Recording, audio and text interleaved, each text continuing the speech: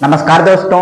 America और Iran का युद्ध अभी इस मोड़ पर आ गए हैं, आगे कुछ भी हो सकता है।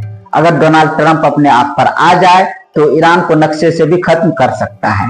और अभी इस समय अमेरिका के ऊपर सोशल मीडिया पर लगातार मीम्स बन रहे हैं और इस वीडियो में अमेरिका का पायलट ढूंढो अभियान और बहुत सारे अपडेट लेकर आए हैं, तो वीडियो को लास्ट तक जरूर देखें, मजा आ जाएगा। दोस्तों, सबसे पहले हम बात कर लेते हैं अमेरिका द्वारा दिया गया डेडलाइन का। यूएस प्रेसिडेंट डोनाल्ड ट्रंप ने फिर से ईरान को याद दिलाया है 10 दिन का दिया गया डेडलाइन। अब सिर्फ 48 घंटे बचा हुआ है और यह डेडलाइन 6 अप्रैल को खत्म हो जाएगा। दुनिया इस पर नजर जमाए हुए है। डेडलाइन खत्म होने के बाद अमेरिका क्या करता है। वैसे डोनाल्ड ट्रंप का धमकी देने का आदत पुरानी है, लेकिन फिर भी अगर हम बात करें तो हो सकता है अमेरिका ईरान के छोटे मोटे एनर्जी ठिकानों पर हमला कर सकता है।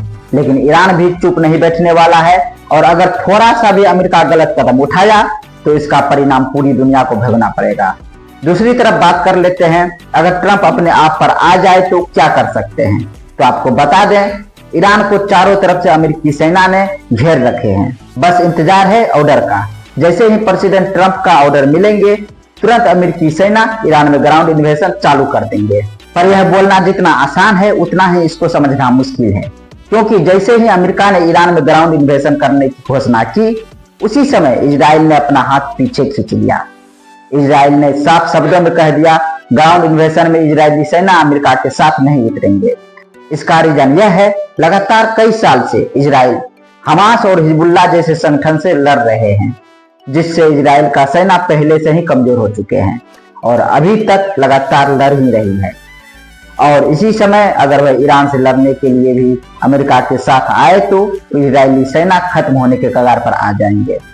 यही कारण है कि इजराइल अपना हाथ पीछे खींच लिया। लेकिन अमेरिका के अंदर इतनी शक्ति है कि वह अकेले भी ईरान के अंदर ग्राउंड इन्वेजन कर सकते हैं। लेकिन समस्या खड़ी होती है तब जब ईरान के आम जनता खुद अमेरिका से लड़ने के लिए आगे आ जाएंगे। तब अमेरिका को ग्राउंड इन्वेजन का नुकसान उठाना पड़ेगा और अपना कदम पीछे लाना पड़ेगा। अमेरिका को यही डर सता रहा है, कहीं ईरान का जनता अमेरिका के खिलाफ इस युद्ध में नहीं उतर जाए। लेकिन एक बात मैं आपको बता दूं, अगर ट्रंप अपने इज्जत बचाने के लिए अपने आप पर आ जाए तो वह स्ट्रेट ऑफ हार्मुज को कभी भी चालू कर सकते हैं। अमेरिका के पास इतना क्षमता है कि वह स्ट्रेट ऑफ हार्मुज को मिनटों में चालू कर सकते हैं, लेकिन इसके लिए डोनाल्ड ट्रंप को अमेरिका की जनता का साथ चाहिए। लेकिन अमेरिका का जनता लगातार इस युद्ध का विरोध कर रहे हैं, इसीलिए प्रेसिडेंट ट्रंप इस युद्ध में सोच समझकर अपना सेना को उतार रहे हैं, जिससे कि अमेरिका के अंदर उसका छवि खराब नहीं हो, क्योंकि अमेरिका में इसी साल मिड टर्म इलेक्शन भी है। अब हम बात कर लेते हैं उस मीम्स का जो अभी सोशल मीडिया पर ईरान के द्वारा लगातार मीम्स शेयर किया जा रहा है। अरे कोई मेरा पायलट को ढूंढ दो। हाल ही में ईरानी संसद के अध्यक्ष मोहम्मद बेघर गालिबफ द्वारा एक ट्वीट किया गया और उसमें लिखा हुआ था, ईरान को लगातार 37 बार हराने के बाद और अब बिना किसी राजनीति वाला युद्ध सत्ता परिवर्तन से घटकर अरे क्या कोई हमारे पायलटों को ढूंढ सकता है वाले ऑपरेशन में बदल गया है। इस मीम्स के पीछे की सच्चाई हम आपको बताते हैं।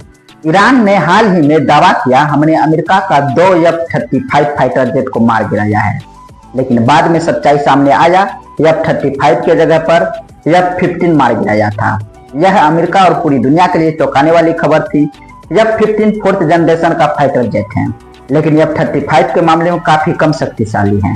2 F-15 फाइटर जेट ईरान की एयर डिफेंस में प्रवेश कर चुका था और इसे ईरान के एयर डिफेंस सिस्टम ने मार गिराया, जिसमें से एक पायलट को सुरक्षित अमेरिका ने रेस्क्यू कर लिया और जो दूसरा पायलट बचा हुआ है उसका कोई अता पता नहीं है और उस पायलट पर ईरान ने इनाम भी रखा है।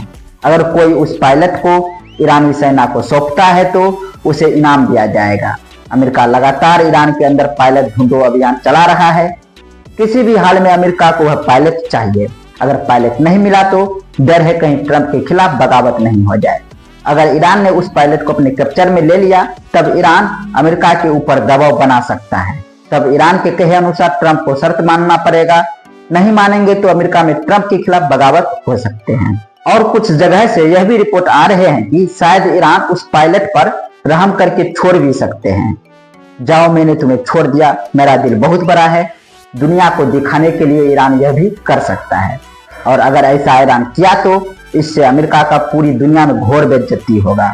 और आपको एक बात बता दूं, अमेरिका और ईरान के बीच इस्लामाबाद में होने वाला मीटिंग फिलहाल कैंसिल हो गया है, क्योंकि ईरान ने इस्लामाबाद आने से बिल्कुल मना कर दिया।